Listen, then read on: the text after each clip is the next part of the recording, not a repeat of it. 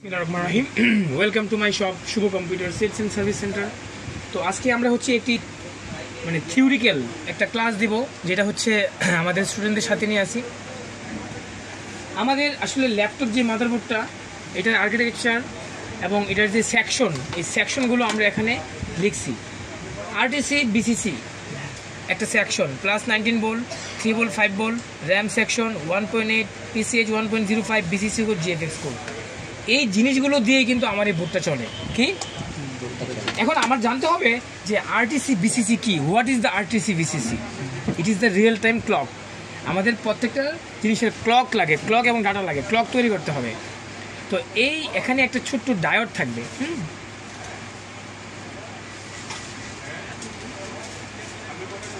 এই ডায়োডটা, এটা হবে আউটপুট, আর এই দুইটা হবে ইনপুট। ইনপুট এই ডায়োডটা থাকবে আমাদের CUMS ব্যাটারি, যেটা আছে CMUS, এই ব্যাটারি থেকে একটা সাপ্লাই আর ঢুকবে এই পিনে। এক নাম্বার। 2 নাম্বার, এই সাপ্লাইটা হবে এই যে আমাদের 3 ভোল্ট 5 ভোল্ট সেকশনের যে LDO সাপ্লাই, LDO হলো। যখন সিমুস থাকবে না তখন কে সাপ্লাই দিবে? LDO। আর যখন আমরা ল্যাপটপটা অফ করে দিব তখন কে সাপ্লাই দিবে? রাইট। একেবারে একদম হয়েছে। আউটপুটটা কে করবে? 3 নাম্বার আউটপুট করে সে 3.3 এখানে সে তৈরি করে রাখবে।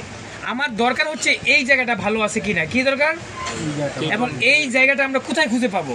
প্রত্যেকটা মাদারবোর্ডের যে সিমুস ব্যাটারি থাকে, এটার আশেপাশে ডায়োডটা থাকবে। এই ডায়োডটা আমরা কিভাবে চিনব? It is very simple. This is the diode of RTC BCC. ঠিক আছে, এমন প্রত্যেকটা মাদারবোর্ডে তোমরা খুঁজবা যে CUMS ব্যাটারির আশেপাশে 3 লেগের ডায়োডটা থাকবে।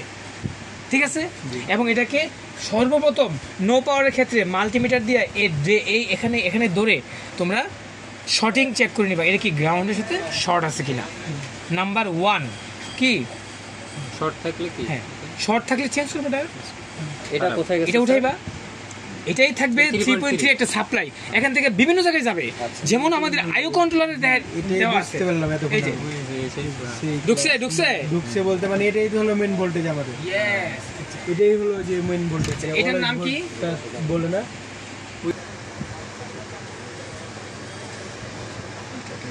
তো আমাদের এই যে আরটিসি বিসিসি যে ডায়োডটা, এই ডায়োডটা কিভাবে কাজ করে আমরা আজকের সেকশনটা একদম কমপ্লিটলি মাথায় ঢোকাই দেব। ঠিক আছে,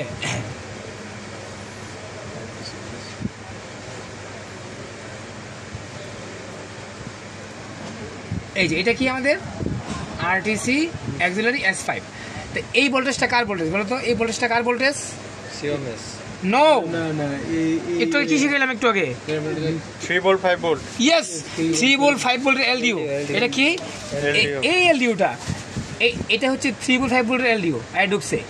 আর এটা হচ্ছে আমাদের কি? CUMS, CUMS।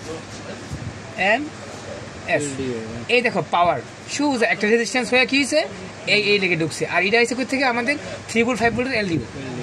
এটা সেই LDO যেটা হচ্ছে বিরেজ 3। মনে আছে ওই যে আইসি দেখলাম, ক্লিয়ার মাথায় ঢুকছে? 5 ভোল্ট আর 3 ভোল্টের ওই যে আমাদের 5 ভোল্ট 3 ভোল্ট আইসি থাকে না একটা, যেটার মধ্যে একটা বিন ঢুকলে সে একটা গ্রাউন্ড করে, তারপরে সে কি করে বিরেজ 3 আউট করে, বিরেজ 5 আউট করে, আর একটা বি রেফারেন্স আউট করে। রাইট, তো বিরেজ 3 হচ্ছে LDO। এটাই চলে আসছে সুজা কোথায়? LDO এটার মধ্যে। ক্লিয়ার? কারণ আমাদের সিমুস এখানে 2টা ভোল্টেজ ঢুকে, একটা হচ্ছে এটা আর একটা হচ্ছে ব্যাটারি থেকে। এই যে তারপরে সে কি করে এটা আউটপুট করে এখানে ভোল্টেজটা দিয়ে দেয়। ক্লিয়ার? আরটিসি নিয়ে আর কোনো কেউ লাগবে? লাগার কথা না। ভোল্টটা যদি না থাকে সেক্ষেত্রে আমার পিসিএস সিমোস সবই মানে এক কথায় ওকেও মানে এটাই হলো এটা লাগবে। আরটিসি তো অবশ্যই লাগবে, এই জন্য আমরা শুরু করছি কই থেকে? আরটিসি থেকে।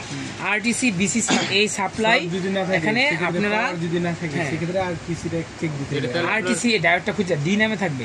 এটা কত D6001 D6001 কোথায় আছে?